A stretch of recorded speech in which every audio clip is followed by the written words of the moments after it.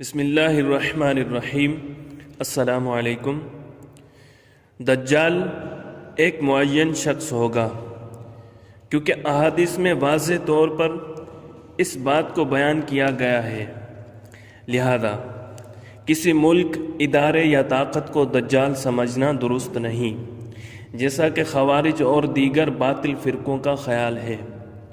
قاضی عیاض رحمۃ اللہ تعالی علیہ فرماتے ہیں، دجال کے واقعے میں یہ ساری احادیث جن کو امام مسلم وغیرہ نے ذکر کیا ہے، دجال کے وجود کے صحیح ہونے پر دلیل ہیں، اور اس بات کی بھی دلیل ہے کہ دجال ایک معین شخص ہوگا۔ دجال کا فتنہ اتنا زیادہ اہم ہے کہ قرآن مجید میں بھی اس فتنے کا تذکرہ ہے۔ بخاری کی شرح فتح الباری میں علامہ ابن حجر عسقلانی رحمۃ اللہ تعالی علیہ فرماتے ہیں، دجال کا ذکر قرآن کریم کی اس آیت میں کیا گیا ہے، یوم یأتی بعد آیات ربک لا ینفع نفسا ایمانہا، جس دن آپ کے رب کی بعض نشانیاں آئیں گی تو کسی کو اس کا ایمان فائدہ نہ دے گا۔ سنن ترمذی میں حضرت ابو ہریرہ رضی اللہ تعالیٰ عنہ سے روایت ہے کہ 3 چیزیں ایسی ہیں کہ جب وہ ظاہر ہو جائیں گی تو ایسے شخص کا ایمان لانا جو پہلے ایمان نہیں لایا تھا اس کو فائدہ نہ دے گا۔ وہ 3 چیزیں یہ ہیں: دجال، دابۃ الارض، سورج کا مغرب سے نکلنا۔ یہ صحیح درجے کی حدیث ہے، لہذا اس آیت میں دجال کا بھی ذکر ہے۔ نبی کریم صلی اللہ علیہ وسلم کی یہ حدیث مذکورہ آیت قرآنیہ کی تفسیر ہے۔ ابو داود کی شرح عون المعبود میں ہے، اللہ تعالیٰ کا یہ قول، لِيَنظُرَ بَأْسًا شَدِيدًا، تاکہ ان کو سخت عذاب سے ڈرائے۔ اس آیت میں اللہ تعالیٰ نے لفظ بأس کو شدت کے ساتھ اور اپنی جانب سے قرار دیا ہے، لہذا اس کے رب ہونے کا دعویٰ کرنے اور اس کے فتنے اور قوت کی وجہ سے یہ کہنا مناسب ہے کہ اس آیت سے مراد دجال ہو۔ حضرت اسماء بنت یزید انصاریہ رضی اللہ تعالی عنہا فرماتی ہیں کہ رسول اللہ صلی اللہ علیہ وسلم میرے گھر میں تشریف فرما تھے۔ آپ صلی اللہ علیہ وسلم نے دجال کا بیان فرمایا۔ آپ صلی اللہ علیہ وسلم نے فرمایا، اس سے پہلے 3 سال ہوں گے۔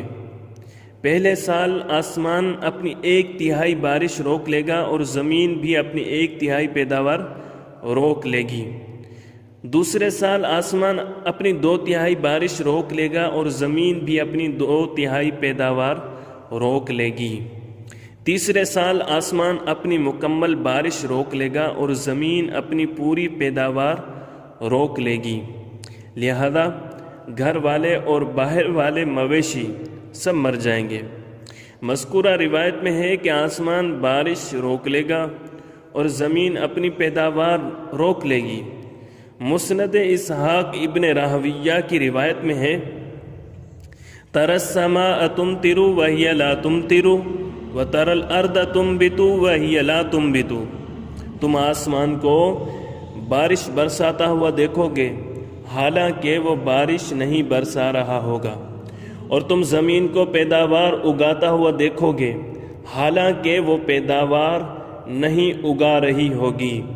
اس کا مطلب یہ بھی ہو سکتا ہے کہ بارش بھی برسے اور زمین پیداوار بھی اگائے، لیکن اس کے باوجود لوگوں کو کوئی فائدہ نہ ہو اور لوگ قحط سالی کا شکار ہو جائیں۔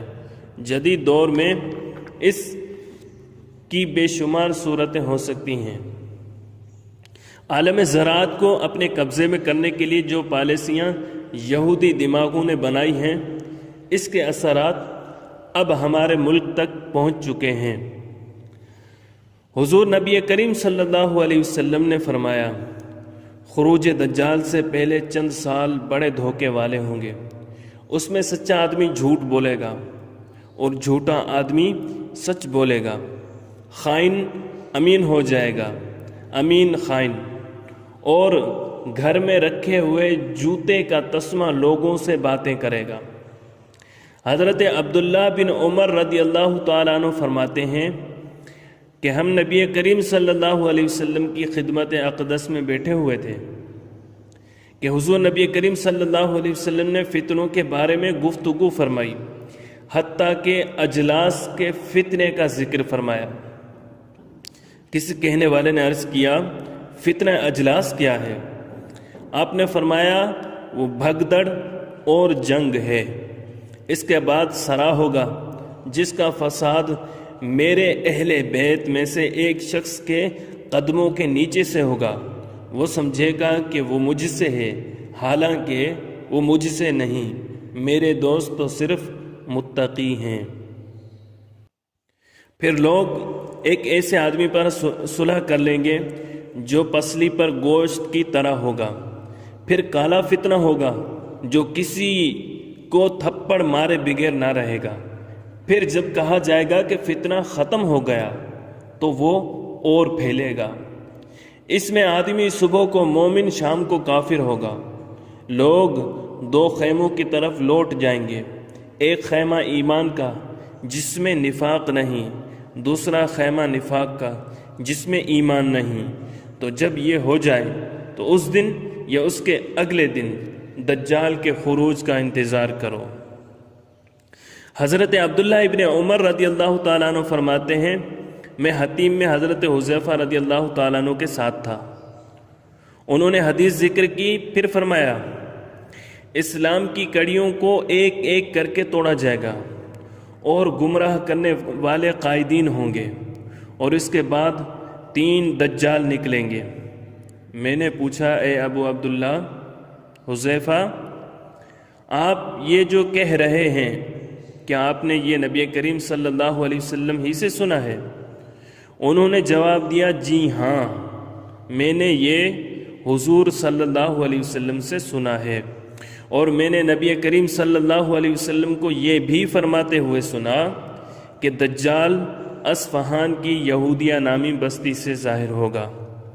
یہ روایت کافی طویل ہے جس کا کچھ حصہ یہ ہے، 3 چیخیں ہوں گی جس کو اہل مشرق و اہل مغرب سنیں گے۔ اے عبداللہ، جب تم دجال کی خبر سنو تو بھاگ جانا۔ حضرت عبداللہ بن عمر فرماتے ہیں میں نے حضرت حذیفہ سے دریافت کیا اپنے پیچھے اہل و عیال کی حفاظت کس طرح کروں گا؟ حضرت حذیفہ نے فرمایا ان کو حکم کرنا کہ وہ پہاڑوں کی چوٹیوں پر چلے جائیں۔ حضرت عبداللہ ابن عمر رضی اللہ تعالیٰ عنہ فرماتے ہیں میں نے پوچھا کہ اگر وہ گھر والے یہ سب کچھ چھوڑ کر نہ جا سکیں، فرمایا ان کو حکم کرنا کہ وہ ہمیشہ گھروں میں ہی رہیں۔ حضرت عبداللہ بن عمر فرماتے ہیں میں نے کہا اگر وہ یہ بھی نہ کر سکیں تو پھر؟ حضرت حذیفہ نے فرمایا اے ابن عمر، وہ خوف، فتنہ، فساد اور لوٹ مار کا زمانہ ہے۔ حضرت عبداللہ ابن عمر فرماتے ہیں میں نے پوچھا کہ اے عبداللہ، کیا اس فتنہ و فساد سے کوئی نجات ہے؟ حضرت حذیفہ نے فرمایا کیوں نہیں، کوئی ایسا فتنہ و فساد نہیں جس سے نجات نہ ہو۔ حضرت ابو درداء رضی اللہ تعالیٰ عنہ سے روایت ہے کہ نبی کریم صلی اللہ علیہ وسلم نے فرمایا میں اپنی امت کے بارے میں جس چیز سے سب سے زیادہ ڈرتا ہوں وہ گمراہ کرنے والے قائدین ہیں۔ دجال کے وقت ان کی کثرت ہوگی اور یہ قائدین دجالی قوتوں کے دباؤ یا لالچ میں آ کر خود تو حق سے منہ موڑیں گے ہی، ساتھ ساتھ اپنے ماننے والوں کو بھی حق سے دور کرنے کا سبب بنیں گے۔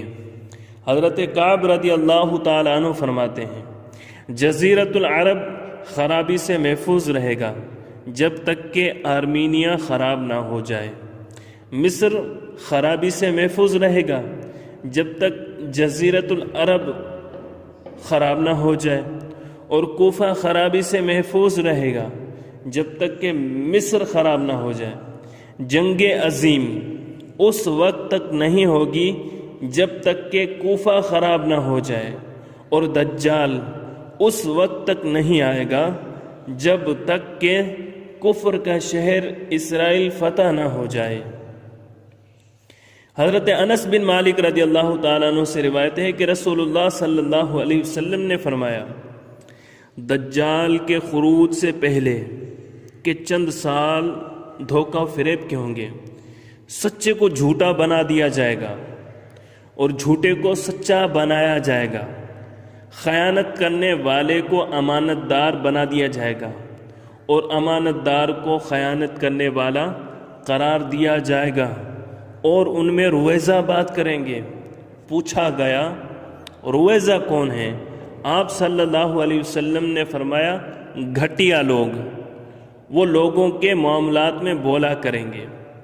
اس دور پر یہ حدیث کتنی مکمل صادق آتی ہے کہ نام نہاد مہذب دنیا کا بیان کردہ وہ جھوٹ جس کو پڑھے لکھے لوگ بھی سچ مان چکے ہیں، اگر اس جھوٹ پر کتاب لکھی جائے تو شاید لکھنے والا لکھتے لکھتے اپنی زندگی تمام کر بیٹھے، لیکن ان کے بیان کردہ جھوٹ کی فہرست ختم نہ ہو۔